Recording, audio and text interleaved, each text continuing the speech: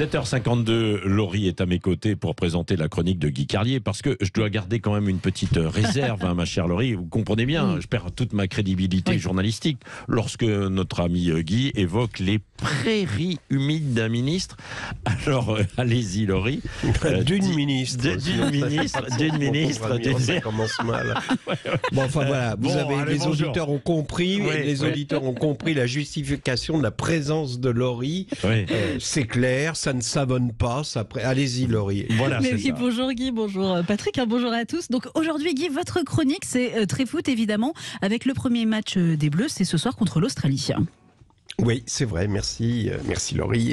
Et chronique également placée malgré tout sous le signe de l'humour, car vous avez remarqué aujourd'hui, l'humour constitue le fil rouge de la matinale, avec en apothéose l'interview à 8h15 d'un grand monsieur du rire, un des membres les plus prestigieux du Politique Comedy Club, constitué, rappelons-le, de Florian Philippot, BHL, Francis Lalanne, Sandrine Rousseau, Luc Ferry, Ségolène Royal, tous ceux qui envoient des lettres recommandées donc à Patrick Roger. Et donc ce matin, on a Nicolas Dupont-Aignan qui nous interprétera ses plus grands sketchs. Je vais encore avoir une lettre. La réintégration des soignants, Zelensky de la Troisième Guerre mondiale, vive le retour de Trump et un best-of des grands complots. Bon, donc les réclamations sont en cours. Laurie, vous êtes là depuis plusieurs jours et je vous ai pas demandé ce que vous pensiez de cette chronique.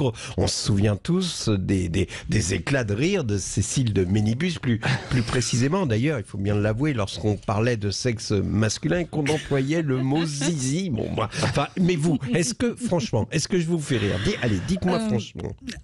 Je peux pas te dire que j'aime pas.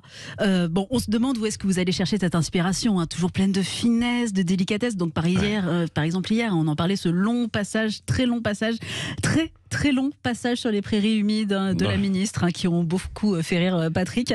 Disons que vous êtes en mode Coupe du Monde, bière, pizza et blague graveleuse. Voilà, c'est ça. On s'est mis dans ce mood-là. Merci en tout cas pour cet enthousiasme et tous ces compliments. Non, un peu de sérieux. Aujourd'hui, c'est le retour des Restos du Cœur. Vous l'avez dit, Laurie, à 5h, car je vous écoute à 5h du matin. Depuis 30 ans maintenant, les Restos du Cœur chantent aujourd'hui, on n'a plus le droit ni d'avoir faim, ni d'avoir froid, dans les zéniths de province, avant d'aller dormir dans le palace du coin. Je vais vous raconter une anecdote. Il y a quelques années, je me suis retrouvé dans un hôtel de luxe de la Baule où étaient également logés les enfoirés qui le lendemain devaient chanter probablement à Nantes ou dans ces coins-là. Et je me suis retrouvé dans l'ascenseur avec l'un d'entre eux, un enfant du baby-boom aux idées humanistes. Il sortait de table après avoir consommé le menu gastronomique à 189 € et au moment où nous nous sommes retrouvés seuls dans l'ascenseur pour monter dans sa chambre à 900 € la nuitée, il a exhalé un rot aux effluves de menus gastronomiques.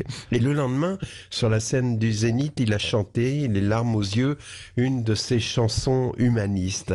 Et cette histoire m'a beaucoup gêné. Et cette année-là, Yannick Noah, je ne sais pas si vous vous souvenez, il faisait partie des enfoirés. Il a refusé de dormir dans les palaces. Il aurait pu le faire en payant à titre personnel, mais pour le symbole, il préférait dormir dans les hôtels Ibis du coin.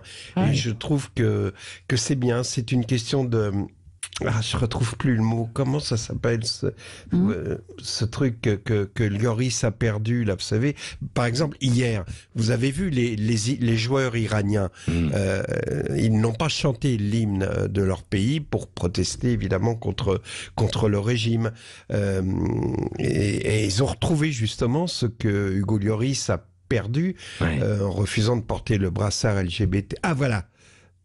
La dignité. La dignité. Allez, je vous laisse avec les Restos du Cœur. Bonne journée.